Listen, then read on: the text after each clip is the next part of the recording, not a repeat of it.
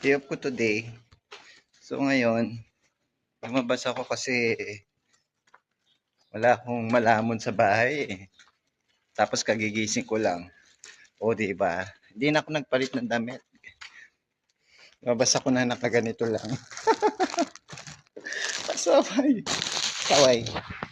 Yan. First time ko makadaan dito. Sa area na to. Ayun, tingnan mo yung lugar dito sa mga iskiskinita. Maliliit yung mga daan. O di ba? Tingnan natin kung ano ang tsura. Ayan o.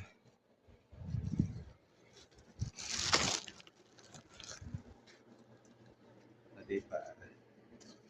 Ganda ng lugar o. Hindi ko alam kung lalabas ano pa ako eh.